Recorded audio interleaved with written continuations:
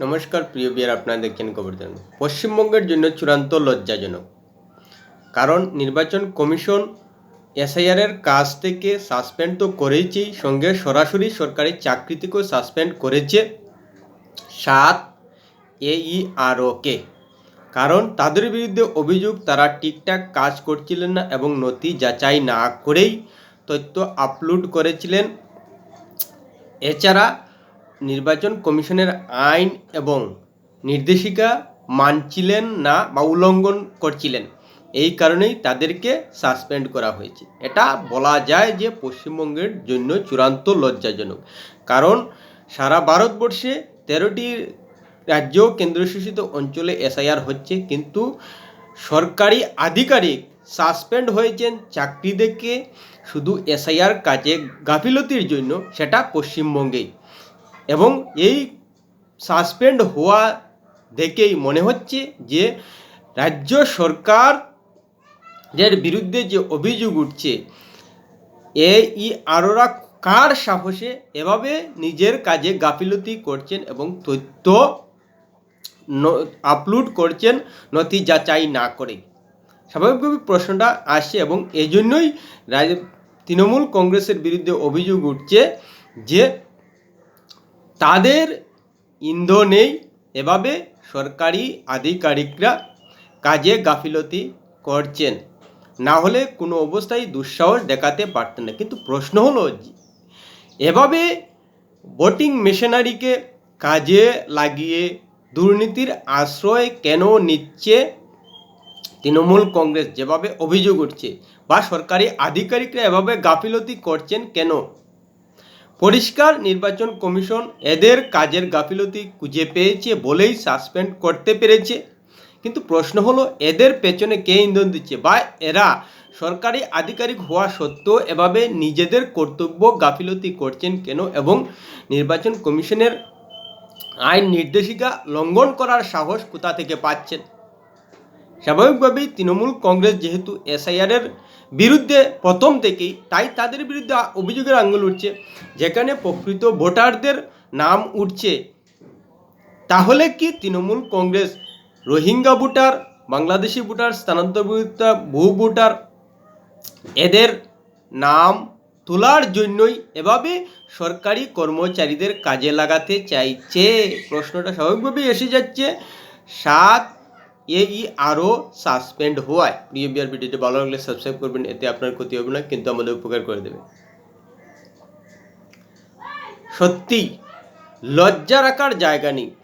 13টি রাজ্য কেন্দ্রশাসিত অঞ্চলে একসঙ্গে এসআইআর হচ্ছে, কিন্তু এক্ষেত্রে যে তৃণমূল কংগ্রেস দুর্নীতির রাস্তা নিয়েছে, অন্যায়ের রাস্তা নিয়েছে, সেটা পরিষ্কার দেখতে পাচ্ছি আমরা। কেন এ ধরনের অবস্থা? তৃণমূল কংগ্রেসের এত মাথা ব্যথা হচ্ছে কেন? অন্যান্য রাজ্যে সমস্যা না হলে পশ্চিমবঙ্গের তৃণমূল কংগ্রেসের এত সমস্যা হচ্ছে কেন? শাসকের এত সমস্যা হচ্ছে কেন? লজ্জাও করছে না পশ্চিমবঙ্গের তৃণমূল কংগ্রেসের সমর্থকদের যে তাদের রাজ্যে এভাবে অন্যায় প্রশ্রয় দিচ্ছে তৃণমূল কংগ্রেস, আর তারা সমর্থন করছেন? যে 7 জন AEROর সাসপেন্ডের নাম সামনে এসেছে, তারা হলো সত্যজিৎ রায়, জয়দীপ কুণ্ডু দক্ষিণ 24 পরগনার, ডালিয়া রায়চৌধুরী জলপাইগুড়ির, শেফাউর রহমান মুর্শিদাবাদ, নীতিশ দাস মুর্শিদাবাদ, মুর্শিদ আলম মালদা ও দেবাশিস বিশ্বাস পশ্চিম মেদিনীপুর। তাদের বিরুদ্ধে অভিযোগ যে ভোটারদের ম্যাপিংয়ে অসঙ্গতি সত্ত্বেও সংশোধন ব্যবস্থা নেওয়া হয়নি, কমিশনের নির্দেশিকা ও আইন লঙ্ঘন, ক্ষমতার অপব্যবহার, কর্তব্যে গাফিলতি, নথি যাচাই না করে তথ্য আপলোড। যে কাউকে আপনি নথি পেলেন আর আপলোড করে দেবেন, আপনি নিজে যাচাই করবেন না। যাচাই করার জন্যই আপনাদের নিয়োগ করেছে নির্বাচন কমিশন, আপনি সেই নিজের কর্তব্য পালন করবেন না। এটা কোন ধরনের কথাবার্তা? আমি যে কোনো কিছু নথি দিলাম আর আপনি তা যাচাই না করেই আমার সেই সব নথি সত্যি কিনা মিথ্যে আপলোড করে দিবেন যাতে নামটা উঠে যায়। আপনার কি স্বার্থ এখানে? AEROদের যদি এই প্রশ্নটা রাখা হয়, তাহলে কি তারা উত্তর দিতে পারবেন? তাহলে তারা নিজেদের কাজে গাফিলতি করছেন, কর্তব্যে গাফিলতি করছেন। কেন তারা কর্তব্যে গাফিলতি করবেন? স্বাভাবিকভাবে প্রশ্নটা এসে যায়, নাকি তৃণমূল কংগ্রেস ইন্ধন দিচ্ছে?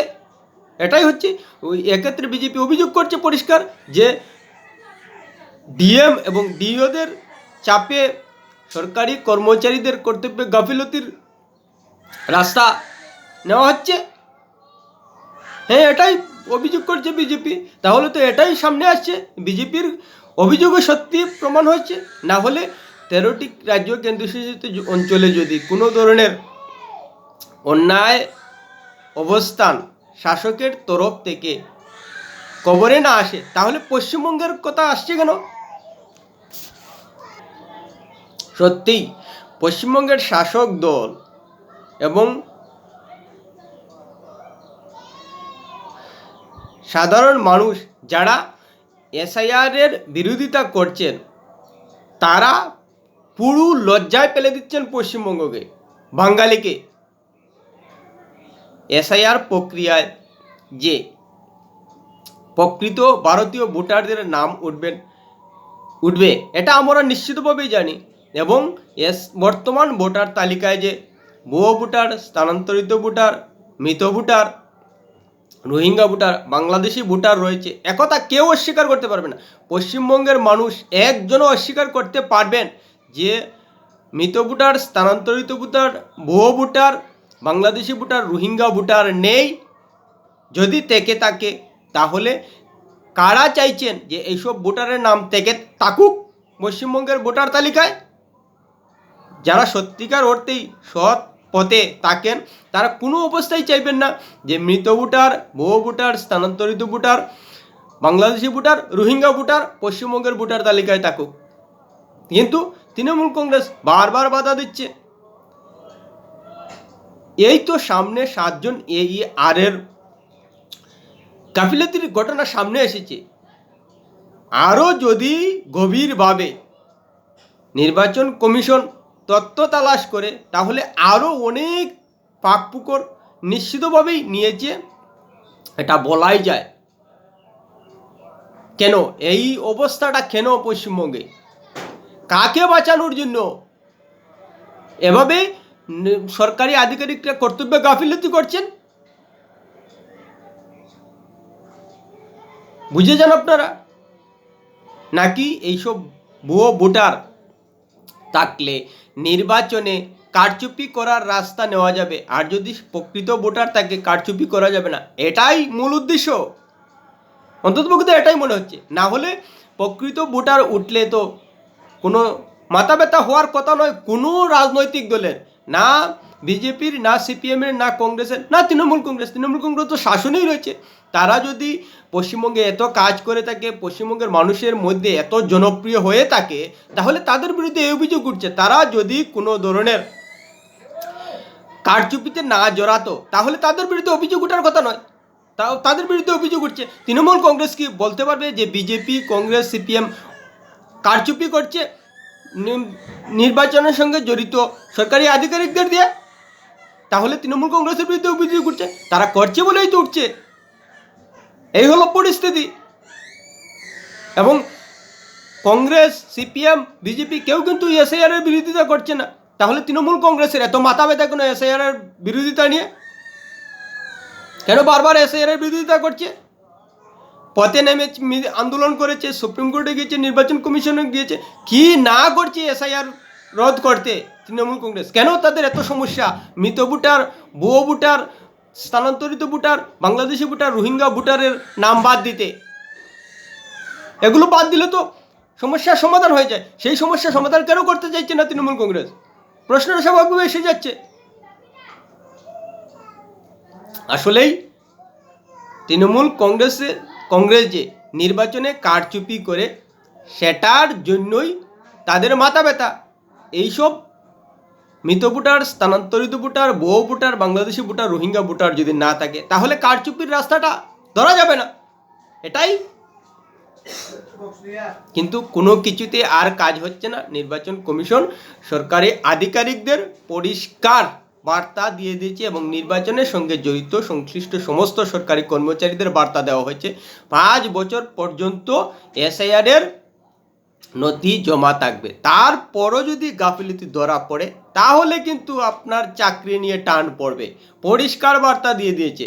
আশা করা যায় যে নির্বাচন কমিশনের সঙ্গে জড়িত সংশ্লিষ্ট সরকারি কর্মচারীরা সেই দুঃসাহস দেখাবেন না যাতে তাদের চাকরি নিয়ে টানাটানি পড়ে যায় শুধু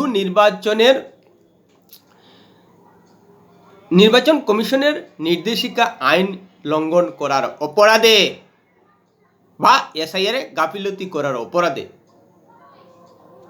এও বলা যায় যে সরকারি আধিকারিক যারা, সরকারি কর্মচারী যারা নির্বাচন এসআইআর কাজে জড়িত, তারা পশ্চিমবঙ্গের প্রকৃত ভোটারদের সঙ্গে ছেলেখেলা করছে।